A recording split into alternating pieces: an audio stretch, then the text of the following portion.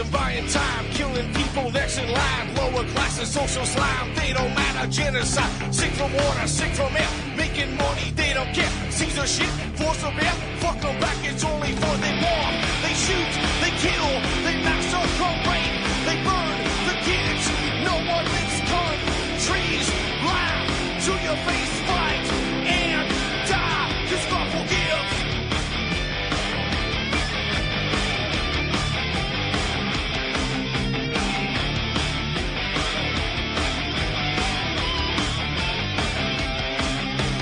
Selling lies and buying time, killing people next in line. Lower classes, social side, they don't matter. Genocide, sick from water, sick from air. Making money, they don't care. See their shit, force a bear. Fuck them back, that's only fair. They bomb, they shoot, they kill, they massacre, rape. They burn the kids. No one leaves countries. Lie to your face, fight and die. Cause God forgives. Yeah. Coming back around again.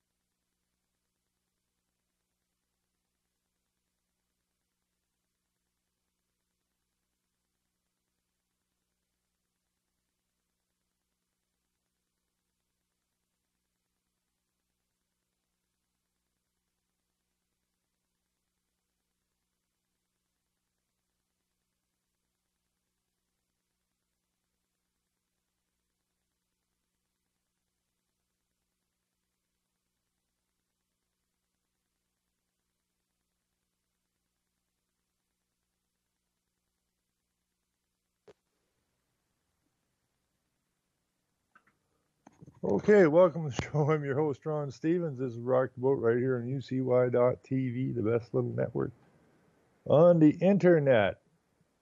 And I'm your host for the next hour. I'm a little late, I think. Just hooking up a new computer here and working some of the bugs out of it, getting some of the things worked out. So, what do we talk about today? Let's talk about the mob for a minute.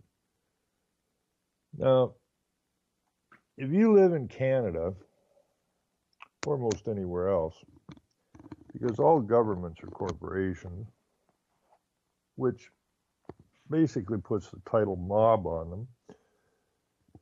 But for all those countries that are been colonized by Britain, it is most definitely the mob. Now, Tuesday night, I was talking about Lloyd Axworthy, who was the ex-Foreign Affairs Minister, who was a member of the UNPA, the United Nations Parliamentary Assembly, pushing for a United Nations Parliamentary Assembly or Parliament, which supersedes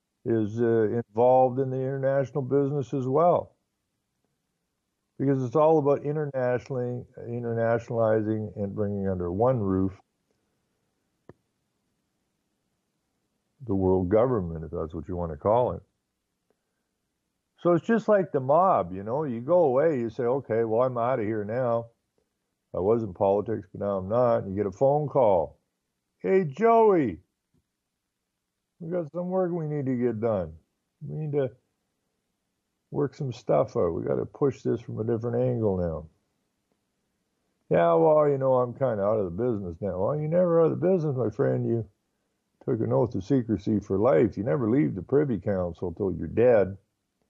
And when we call on you, son, you do what you're told to do. Just like the way the mob operates. And that's exactly what it is. It's an international mob called government. People have to come to terms with this. If you can't come to terms with it, they're going to take every damn thing you ever worked for. And, you know, look at Beirut. Look at Lebanon. Look at Syria. That's where they're putting us. That's the position they want to put us into. They want to destroy the international or the industrial nations, which is us. And we got to put a stop to it. You know, I keep seeing things. I keep seeing, you know, oh, we're screwed now. We ain't screwed. They're the ones that are going to be screwed. Yeah, they may be the mob, but there's a hell of a lot more of us than there are of them. Time we man up, boys and girls. The police take an oath to serve the Queen. Stateside, they take an oath to serve the state. Both of them are corporations. Both of them are fictional. And both of them work against, not for the people. The military takes an oath, not to the people. So all you got left is the people. That would be us. Now, if the police and the military and the politicians and the teachers and the preachers don't want to get their acts together, well, then we're going to have to deal with them. Simple as that. I went for a drive today. I went to pick up this other computer. And a friend of mine, her friend, well, actually, she sent me a picture of this native chief. It's actually a puzzle that they'd taken a picture of up at the reserve, and they didn't get a very good picture of it. He wants to, you know, blow it up and put it on his wall. And so we went rooting around the reserve there today, and all the smoke, well, restaurants and gas stations. Everybody sells smokes up at the reserve anyways, pile of places. And so we finally found the right place, found the picture, took some pictures of the picture, and I was talking to the two native people working at the store, lovely people, lovely store, and I was talking to them, and I mentioned to them what the lady at the other gas station up there had told me, I don't know, 7 years ago now, maybe 6, 7 years ago. When I asked her if she knew what the plan for Whitey was, if she understood it. And she just nodded yes. Says, how do you get that so easy? And Whitey don't seem to get nothing. It's simple. We lived through it. Now it's your turn. And she's absolutely correct. So I was talking to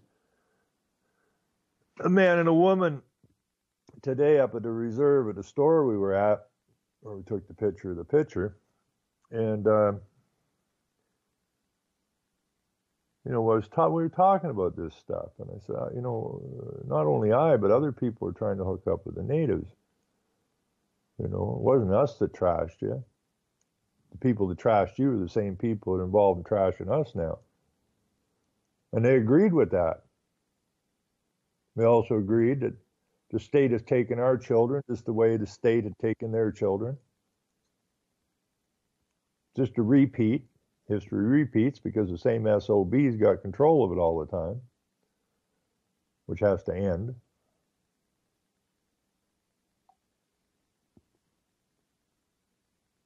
I told her the same thing. I write a lot, I said, you're a spiritual people. And she went, yeah. And I said, but you see what's happened even with your people and my people. Their spirits have been weakened and their minds have been weakened and their spines have been weakened, of which both he and her agreed with.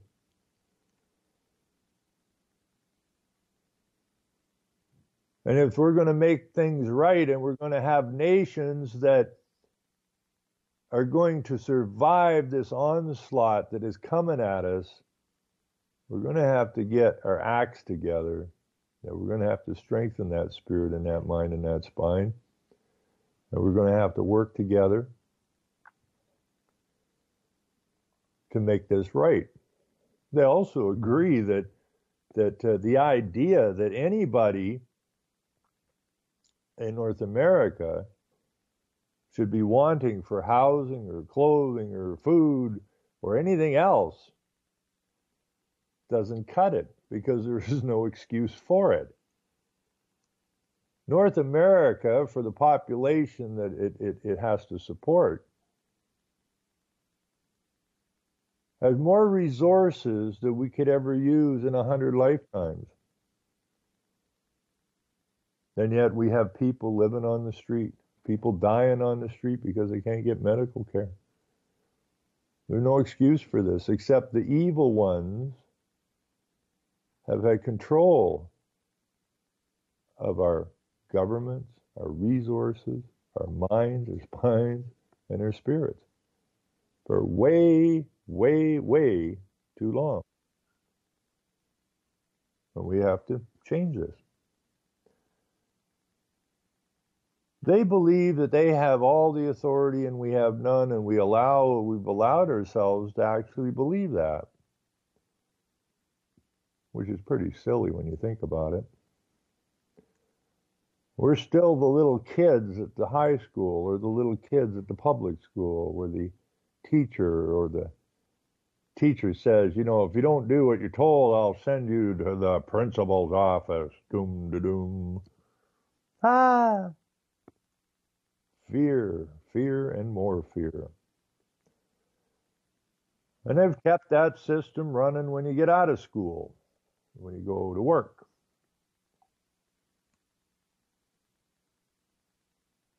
You've always got somebody above you. Always somebody that can put fear into you. The guy above you put fear into you. The guy above him puts fear into him, and so on and so forth, all the way up the line. Which is ridiculous. That's not how men and women work together. That's not how boys and girls learn together. Now, it was kind of weird yesterday because over at the courthouse, Farmer George had to go to court over this obstruction charge for when they raided Michael Schmidt's milk farm. Well, it was not just a milk farm, but raiding over the milk. So George came in late for this situation. He didn't go in to pick up his warrant.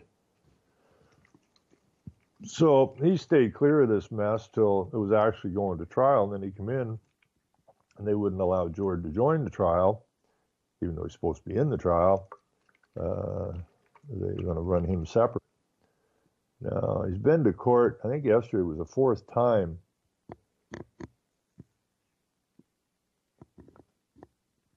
And when we got there, it was just me and George and Paul and Enos. And it was in the main courthouse. It was off in this other little courthouse upstairs in a very small courtroom. George wasn't on the docket. And so he asked me if I would go. We didn't get there probably around 11 o'clock. George was there around 9. And they were having a break when we got there. And so we went over and looked at the other docket. No, he wasn't on the docket.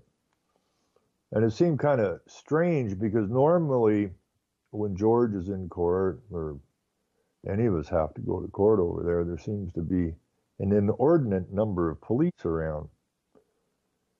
And yesterday there was one cop sitting in the courtroom. That was it. None out in the main lobbies, none nowhere. It was like vacant. This is pretty strange. So George, we talked and that, and then George asked me if I would go into court and just sit in there till find out if they're going to call his name or not, because he ain't even on the docket and there's no cops around. Something's weird going on. So if they don't call him, then he'll just go home. So I went into the courtroom, was sitting there, and there's not much going on, really. A couple of minor things going on, and I'm sitting there, and then the Crown Attorney turns around, looks at me. I'm sitting there with my camera in my hand, not shooting any pictures or nothing. I'm just sitting there in the public gallery with my camera. He turns around to me, asked me if I had business in the court. And I said, no. Nope, I'm just observing stuff. And he asked me who I am. I asked him why he wants to know. Well, I'm just curious. Well, you just stay that way. So they go back to farting around with what they're doing, and then he kind of looks at me again, looks at the judge, and then the judge looks at me, and the judge says that I can't be sitting there with the camera in her court, and that I have to leave or I have to deposit the camera somewhere. And I told her, I said, no, I don't, because I've already been through this with Superior Court Justice, and we went through all the rules and regulations, and we can have a camera. We can actually record, which I'm not doing. We can actually record it, but they just assume we didn't take pictures. But outside these doors, it's a free-for-all. In any common area in the courthouse, you can do whatever the hell you want. But in the courtroom, but I'm not taking pictures. I'm not even recording nothing. So I'm good. And then she starts this vice principal nonsense or principal nonsense. Says, you have to take that out of the courtroom or you have to leave. Says, no, I don't. Yes, you do. I said, you don't have the authority to tell me to do that. Yes, I do. I go, sorry, but no, you don't. And this went a little bit, she's going to try and push her so-called authority, and then she tells us one cop that's in the courtroom to show me the way out kind of thing. And he came over and stood beside. Most of the cops know us there now. They know we ain't going to bother nobody, and they know that we know what the hell we're talking about. So the cop's standing there. I'm sitting down. He looks at me, and I said, I ain't going anywhere. Now, in the past, several years back, there's been some pushing and shoving and some carrying on, but we got these guys pretty well settled down now. And it's really kind of pissing the judges and the crowns off. So he's sitting there, and he's standing there beside me, and she said, you take that camera from him. So he starts reaching over to the camera. I said, you touch that, you charged with assault. You know it, and I know it. And if you touch me, well, assault times twice, I guess. I don't know. So he just stood there. He pulled his hand back and stood there. And she said, I want you out of my courtroom. I said, I ain't going nowhere. I'm in a public gallery, and I got every right to be here. And I ain't taking the camera out. And you don't have the authority to do anything about it. Well, she got really pissy about it and went to stage left, like Snagglepuss, the cartoon. took off. Didn't say boo, just headed out the door.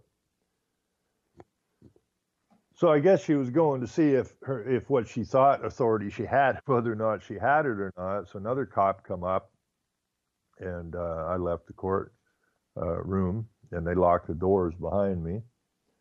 And we look in the court, and here's two cops in the Crown going through a book, trying to find out what authority they do or they don't have. And this went on like for about 25 minutes. Where the hell did the judge go? I ain't got nothing to do with nothing. And then the original cop that was in the courtroom, was standing beside me. He comes out. This is humorous as hell. He unlocks the door from the inside, comes outside, locks the door again from the outside. And I go, that ain't real bright, because there's about 11 people in there, and you've just locked them in. If there's a fire here, they may have a bit of a problem getting out. Well, I got to really throw a whiz, says the cop.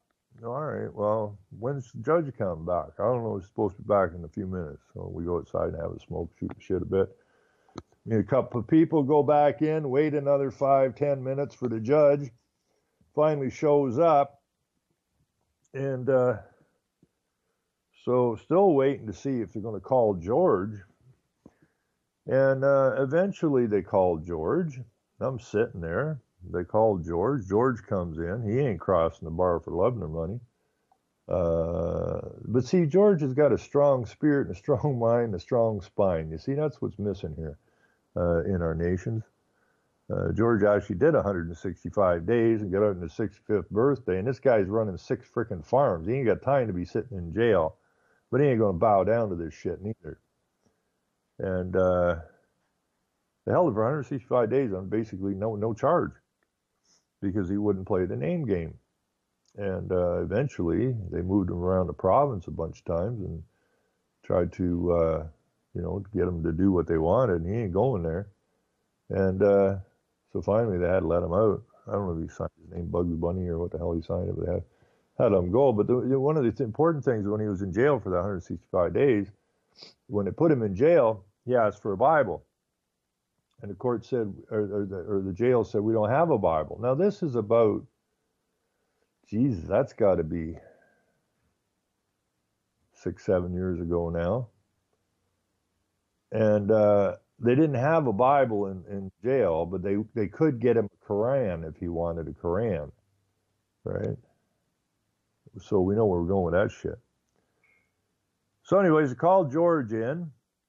And she asked George, he's standing behind the bar, and I'm sitting off to the side of him, and she asked him to take his hat off. So he takes his hat off and sets it on the rail. And I thought, okay, now we'll see what the hell's going on here. No, we don't. She looks back at me and says, you can't have the camera here. I said, yes, I can. Well, yeah, but I said, hell, every one of you people here in the court, the clerks, the Crown, you, everybody's got a cell phone, which is a recording device. So you ain't handing yours over, I ain't handing mine over. I'm not recording it anyways. I might as well be holding a book here. It's just an object. And then she's going to take one more shot at this authority nonsense. And says to the cop, and he's sitting up at the main table, says to the cop or tells me that I need to give the camera to the cop, and then after I leave or when I'm leaving, then the cop will return it to me. Just so that she can play this game that she won, this stupid little game that was going on. I mean, this is the most childish horse shit I've ever seen in my life. So I'll explain to her, no, this ain't going to happen. Well, all I'm asking you to do is not a big deal. Just give him the camera and you'll give it back when you leave. Nope. No, that ain't going to happen. So this went on for a little bit. He never even got out of his chair. He ain't getting involved in this shit. And then so, waiting for this thing to go with George. He's been there since 9 o'clock in the morning. Now it's like 2 o'clock in the afternoon or something. and still ain't going nowhere. So then she jumps out of her chair and heads left, like Snagglepuss, exit stage left, because it is a stage, because it is a play, and yells something out on the way out. Well, we're going to have to wait till bail hearings are over. What bail hearings? What the hell are you talking about? So she just vacated. So we asked the cops, now, what the hell's going on? Well, I guess we're going to do bail hearings now. Well, where the hell's that going on? Well, at the other courthouse. So we traipse over to the other courthouse. I go upstairs, and here I find a bunch of cops in the hallway, and I go into that courtroom, the bail room, and it's locked. And I go, what the hell's going on? Well, the judge ain't here yet. All right. Says, how many bail hearings you got? 7. 7. Like, this could take a long time, and it's getting late. And George's been hanging around here till 9 o'clock this morning. And George is in his 70s now. And so I told the cops, I says, what we should do is what? I said, we all ought to get the hell out of here. So you've been outside today? And they said, yeah. I said, beauty, eh? It's like 28 freaking degrees or something. It's freaking beauty. So what are we doing sitting around in here? And why 7 anyways? Why 7 bail hearings? So I don't know, maybe it's a lucky number. Well, at least it didn't roll 777. Be here till midnight. So I was talking to George and Enos because Paul had to leave, which means I had to leave. So I was riding with Paul, and so George says, you want to hang around for this? We'll get you home, but it might not be till midnight. As now I got to get out of here. So Enos is, who's really got the cops on the run. Strong-minded man, that boy, with a lot of will and a lot of spine. And everybody always went through the freaking ringer over and over and over again. But so Enos says, I don't like the smell of this, right? I got a bad feeling they're going to chuck George in jail. He's had him in there 3 or 4 times. He ain't crossing the bar yet. And so I haven't had a chance to get a hold of George because I was out of town all day. But I did check my messages just before I left. And because I was worried about George last night. I was worried about Enos too. And so there was a message there when I was leaving this morning that he obviously didn't get thrown in jail because he left me a message, but what he said, and I'm going to find this out. I got to get a hold of him hopefully after the show tonight and find out what's cooking, because he says, he says, I think we just got another really important part of the puzzle handed to us yesterday. So I'm not sure what happened after we left. I'm not even sure if they took George back into the courtroom after we left, because after 7 bail hearings, the day's about shot. So I don't know exactly what took place with George and Enos, but I'm really pleased to know they didn't throw him in jail. So we'll find out what's cooking after that, which should be nice. I like these guys, they're in this for the long friggin' haul. And it is a long haul. We've been at this for a long, long, long time. But it's got to be done. And the people got to step up to the plate. That's all there is to it. There is nothing to fear, right? They're just a bunch of guys and gals just like you are. And so we're all the same in a way, only we didn't take an oath. And therefore, we're not obligated to deceive people and harm people the way they are. I think most of them were probably, I don't imagine most of them were that evil when they got involved in it. But once they got involved in it, they find they can't get out of it. But they can, but they're just weak as well. They're also fearful. Now, I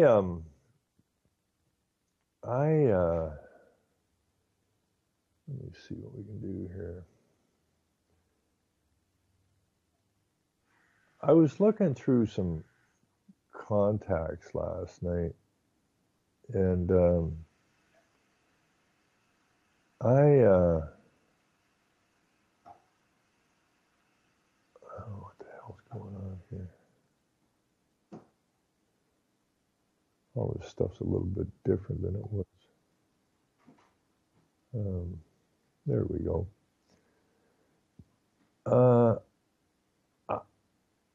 I was looking at a thing, George Hunt, who I had on the show several times in the past. I think it was Christmas 2013. I think he passed away. And I was just going through some of my Skype connections last night. I know why, because I phoned George's cell phone, and somebody else has the number now. So I just dumped that. But I was going through some of the contacts, and I came across George is still in here. I probably can't find him now, right? Where the hell did he get to? But anyways, he would have, you know, you could put a little sentence on your Skype or whatever. But where the hell did he get to? Oh, here we go. Maybe we'll find him. But anyways, so I think it was just before Christmas 2013 that George died. And George spent his whole life, like a lot of people, once he figured out something was wrong here, he went to work on it, and he basically lost his family and his friends, and because he was a conspiracy theorist now, which is even tougher back then because it was 87 when he really got into this. And so he worked hard at it from 87 until he passed away near Christmas that year.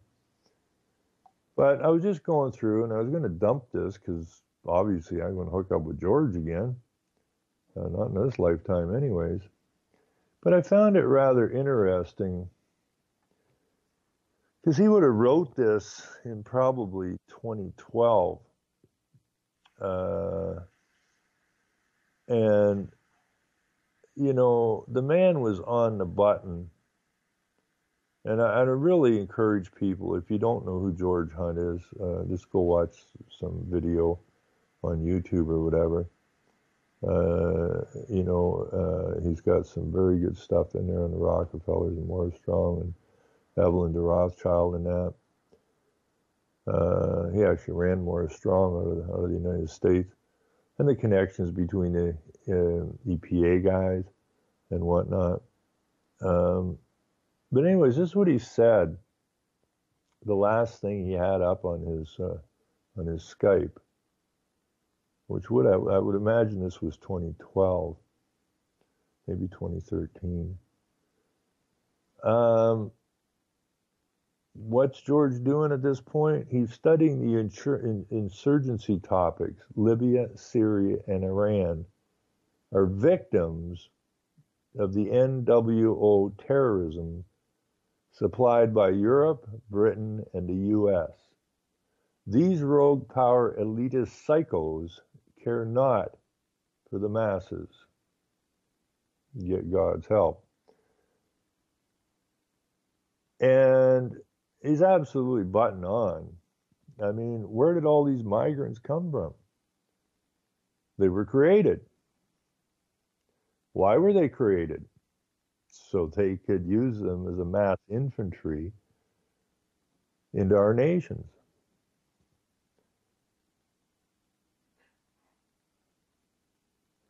You know, and these psychos, as George describes them, they don't even use the word psychopath anymore. They used to have two words, psychopath and sociopath.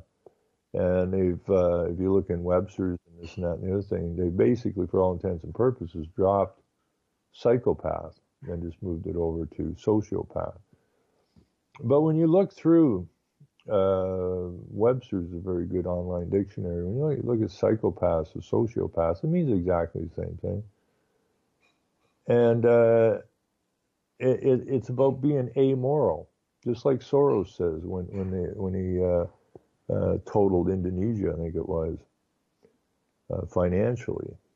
He agreed it was an amoral act. And did he have any remorse for all the harm he caused? Not a lick. Because if you're a psychopath or a sociopath, you're amoral. You have no moral guideposts. And these are the people that run the world. And they're mentally ill. You'd have to be mentally ill to run around dropping the number of bombs on people they do and destroying people's lives financially by, inflation or interest rates or stock crashes, whatever. But that's what they do. It's just a big game to them. And as George said here, they don't care about the masses. And they don't, because they don't have the capacity to do so. Because if they did have the capacity to do so, they wouldn't do what they do. Yet we run around being fearful. Now, that makes no sense. Maybe we watch too many scary movies in our lifetimes or something. Oh no, the boogeyman's coming. I'm not exactly sure how that works out, but it was nice to see that. I haven't looked up George's stuff in a long, long time. He's not with us any longer, but I was just going through trying to clean out some dead links and came across that last night. And I thought, you pretty well nailed it there, George. It's pretty simple once you know what you're looking at. We can't make any excuses for these people. There's no excuses to be made for these people. And there's no excuses to be made for us. We've stuck our heads up our behinds pretty bad, or stuck our heads in the sand, because we don't want to know. We don't want to know everything bad that's going on. I get people say, I want to know nothing. I just want to enjoy my life. Well, how do you enjoy your life when you're being jacked around like that all the time and you're just fearful all the time? I don't know how anybody would consider that enjoyable. Now,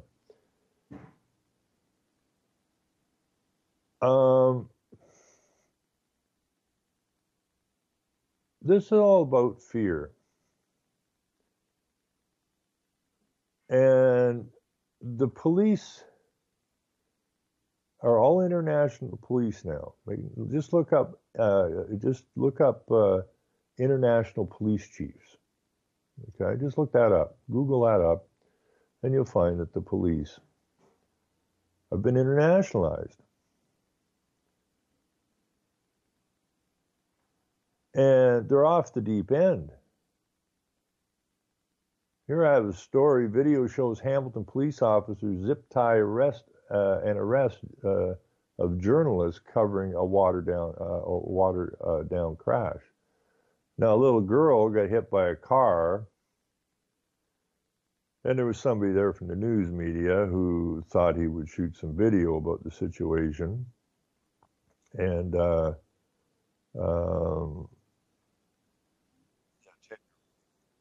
car, and died later in the hospital. Now, the guy that hit her, he wasn't drunk, he wasn't stoned, he wasn't nothing. So, global TV cameraman Jeremy Cohen, and I don't really have any use for the media because the guy that's being zip-tied here knows full well, or he should know full well, what's actually going on in the world.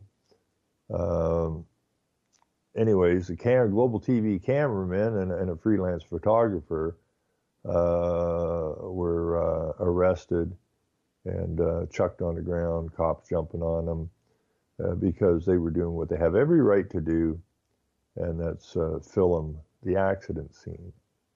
And so according, the chief there says that he's a little concerned about that, and he's going to look into it.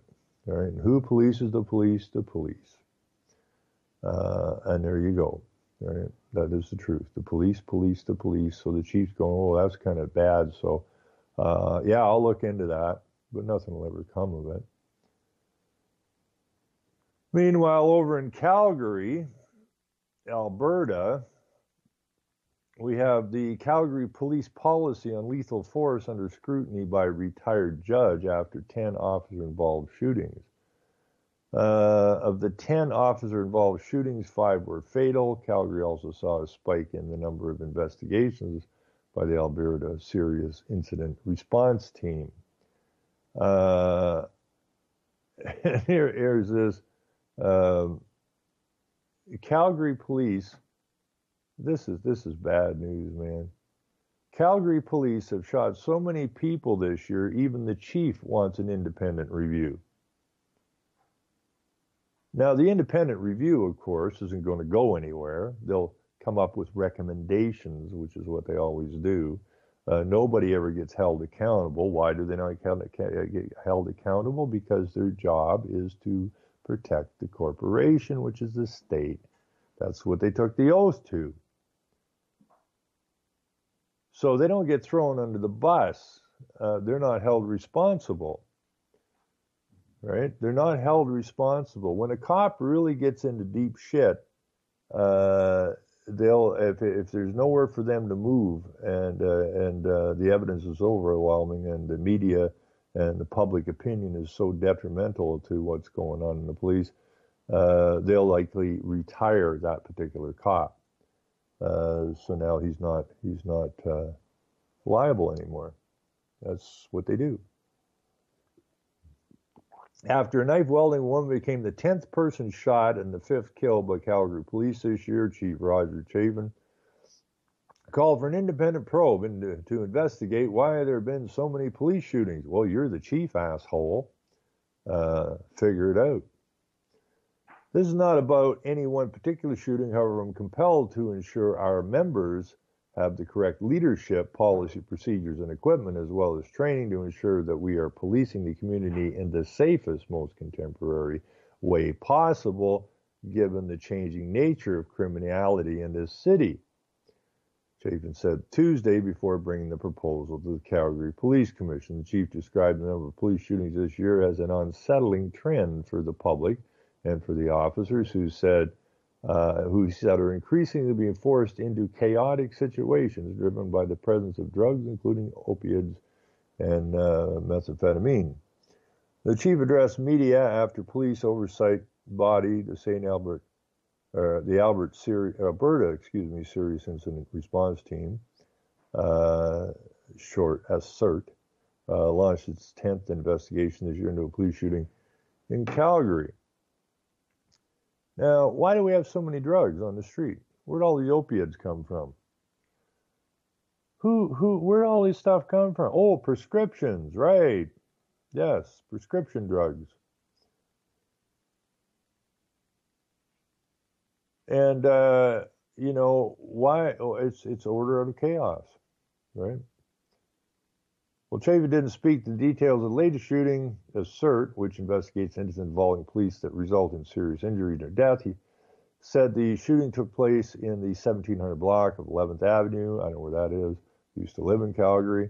When officers responded to a call from a resident in the block, they saw a woman farther down the street acting erratically and banging on a car window and doors of apartment buildings, carrying a knife in each hand. Photos shared by SCIRT on social media showed 2 long blades recovered at the scene. SCIRT said a confrontation occurred between an officer and the woman, which resulted in one officer firing her weapon. The 27-year-old woman was transported to hospital where she was pronounced dead. Chapin said the officer involved in the incident have his full and complete support. The female officer who fired her weapon is a 1-year member of the force And so therefore, you got to give her some leeway, right? Now, I mean, I had a guy in Florida with a massive hunting knife in my face, and I didn't have a gun, so I couldn't shoot him.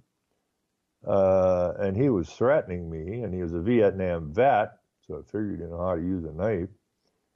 And that situation, and he was pretty ripped at the time on some probably pharmaceutical drugs, and in a very kind of badass mood. And I managed to solve the situation. But you see, you put these incompetent assholes on the street with a gun who think they have this authority, and this is what you end up with. People being shot and killed. But then you see, you're just a human. So you're just not really worth anything.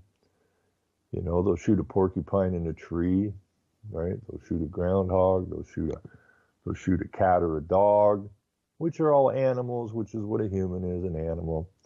And so they shoot you, they always have a reason.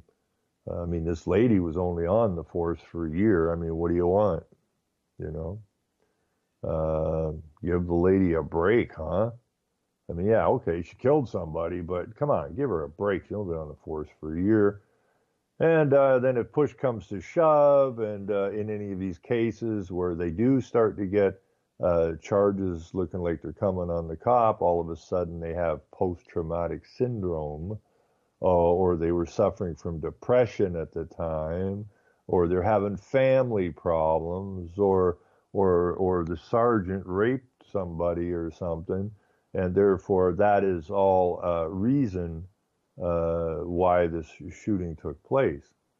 Not that you had an incompetent a-hole with a gun that should have never had a gun, who is not trained in how to defuse a situation. Put it down, or I'll shoot. Well, I just shot you. That's not defusing the situation. That's called murdering somebody that you didn't have to murder. But being a policeman and taking an oath to serve the corporation. That's all they did, you know, just close another account, that's all. Because that's all the lady who was shot and killed is an account, a corporate freaking account. Just close the account. But I've seen this over and over and over and over and over and over again, where a cop looks like he's going to get himself into trouble here. They either get retired out of there, or they come up with all of this nonsense, you know, depression, post-traumatic stress, mental disorder. Well, if you have all these things, what are you walking around with a gun for, is the question. You know, these people use the same excuses over and over and over again. Now, if you use that excuse in a court, say you shot a cop, then I don't recommend you shoot a cop. I don't recommend you shoot anybody. But should you be in a situation where you're surrounded by 3 or 4 cops who are tattooed to the asshole that look like a lot meaner than a lot of the bikers ever did, and you're feeling threatened, and you up and shoot 1 or 2 of them, well, you're going to court, friend, because you shot a cop. And if you go to court and say, well, you know, his wife left him, he's having a hard time, or, you know, something happened to him years ago, and he's just kind of paranoid of uniforms, and he's suffering post-traumatic stress because of this or that or the other thing, do you think that's going to hold water in court of law? Not a chance, man. This guy's going down the river big time. But if you're uniformed, it works for you. Because why? Because you took an oath to serve. You're part of the mob. You're part of the mob, the corporate mob. Okay, your job is the what do they call those guys? The heavies, whatever, right? They protect the goings-on of the uppers. And that's their job. Anybody that for 1 second thinks that the police are there to serve the good men and women of our nations, you better pull your head out of the sand. Now, I'm not saying that every cop is a bad cop. I am saying that every cop takes an oath to serve the corporation, though. And they all protect one another, right? And that's more than obvious. Now, at the same token, you know, we go to the courthouse yesterday and, you know, even though I've been assaulted there several times, that's all past now. Right? That's all past. They get it now. The cops know we're not the problem. The system's a problem, but they're getting a hell of a good paycheck for doing what they do. You know, it's the same as the cop that said when I ran in 2007 election, when he signed my candidacy papers, or whatever they call that he said he was signing because he believed I had it in me to make this a better place and in turn a better country. Yet he's still a cop. He knows what the problems are. He knows how this system works. But Jesus, he's getting a hell of a good paycheck. You know, these guys are getting $100,000 plus a year to just drive around the car and write some tickets and shit. And when they're in the courthouse, if the judge says, throw them out, they'll throw them out. You know, because they ain't going to get a job like that anywhere else. But they know, and they're getting to know more every day. And it's important that we work with these people. Because once they're out of uniform, they're basically us. Once they put the uniform on, they're a whole different creature. But we got to work with the men and women in uniform, be it military and or police uniforms. We have got to work with these people and get them on side. Better have them on our side than the other side when the push comes to shove. We need these people to, you know, jump onto the right side. And I think a great majority of them will when the time comes. But we got to talk to these people as much as possible. Like, it's funny, you know, I got to run of the courthouse over there now. Pretty much everybody knows who I am. And where at one point it was more of a, you know, he versus us kind of thing. But that's kind of dissipated now. It's a whole new ball game. So, you know, there's no need to be angry. Although I did used to put up a banner that said anger is a gift, and that used to freak people out a little bit. And I said, no, you got to get it in the right context. I'm angry. There's no mistake.